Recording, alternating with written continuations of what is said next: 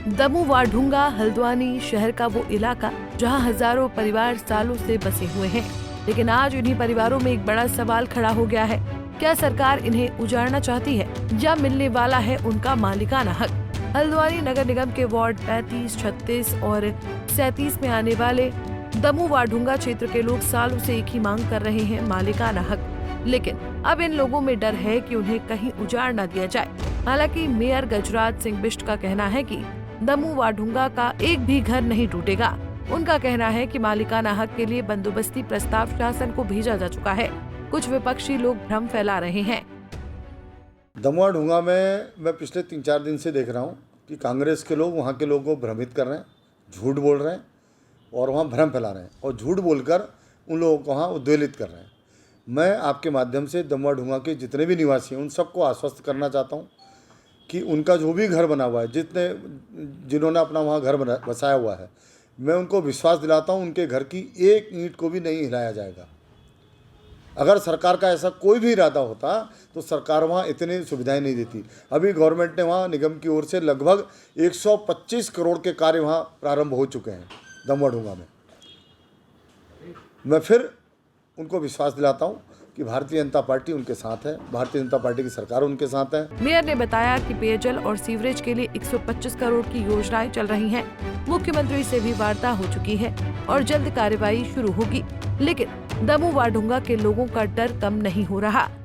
अब यहाँ के लोग चाह रहे हैं कि हमें जल्दी मिले, तो समय लगता है किसी चीज़ में। तो कार्य में बहुत बड़ा क्षेत्र है, तो ये करीब 664 एकड़ करीब का मामला है, तो इसमें टाइम लगता है। विधिवत तौर पे इसमें फिजिकल वेरिफिकेशन को काफ़ी समय लगता है, क्योंकि खाते बनने हैं, समय लगता है। अभी जो हमारी प्रक्रिया एक रुकी थी पहले, सर्वेक्षण की जो रुकी थी, उसको पहले बहाल हो रहा है।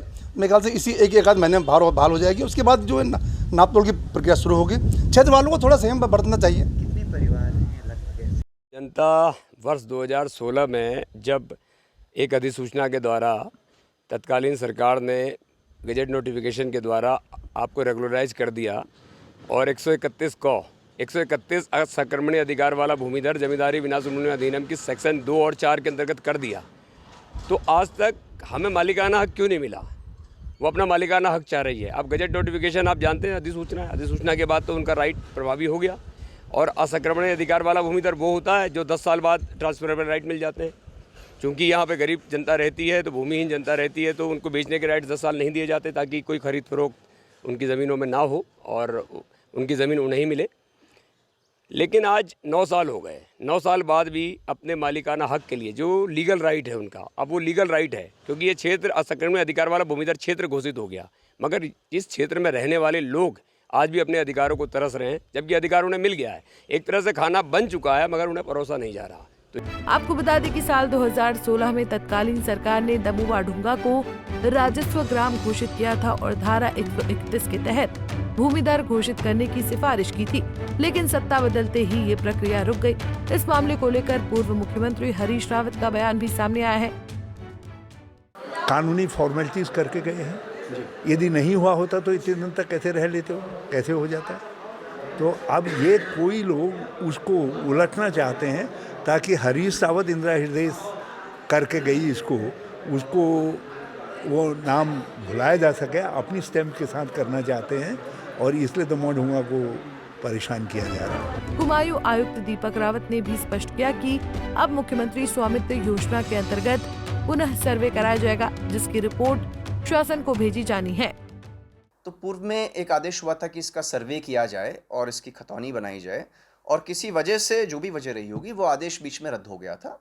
तो अभी पिछले दिनों में एक मीटिंग यहाँ पे रखवाई गई थी, इसमें सभी ऑफिसर्स को बुलाया गया था और इसमें माननीय मुख्यमंत्री जी की भी घोषणा है कि दोबारा इसका सर्वे कराया जाए।